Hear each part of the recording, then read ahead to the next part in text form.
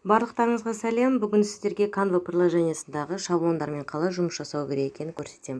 Ол үшін біз бірінші Canvaға кіреміз. Кірген кезде оң жақта төменде плюс тұр, қара домалақтың ішінде.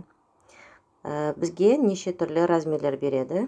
Историяға, Фейсбукқа, WhatsAppқа, Twitterге бізге публикация жасау үшін Instagramға біз біріншісін таңдайтын боламыз. Ортасындағы плюсті басамыз. Оң жақта төмен тағы бір плюсті басамыз. Изображение дейміз. Изображение. Галереяға кіреміз. Галереяның ішінде сіздер дайындап қойған шаблонның папкасына кіреміз. Так, көшеде біреусін таңдайық, біріншісін ала салайық. Бұл Instagramға арналған шаблон болғандықтан бұл төртбұрышты дайын күйінде тұр. Размерін келтіріп аламыз. Сол жақта птичканы басамыз. Енді осы картинаның үстіне тағы да бір басқан кезде размер өзгеріп, түсі де өзгереді. Тағы да плюсті басамыз. Изображение. Тағы да бір изображение басамыз. Галереяға тағы да кіреміз.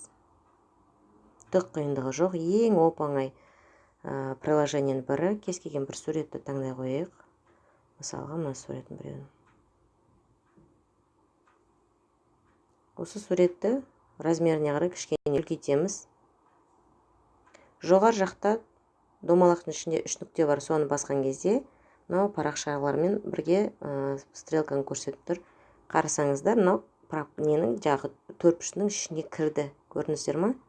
Енді осыны біз регулировка ретінде тартып, өзімізге керек суретті ортасына қойып аламыз.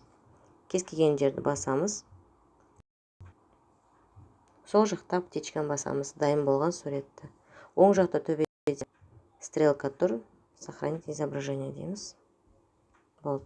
Достар, осы приложениені пайдаланыңыздар. Ең оңай, ең қарапайым приложение, жұмыс жасауға өте ыңғайлы. Жақсы, сау болыңыздар.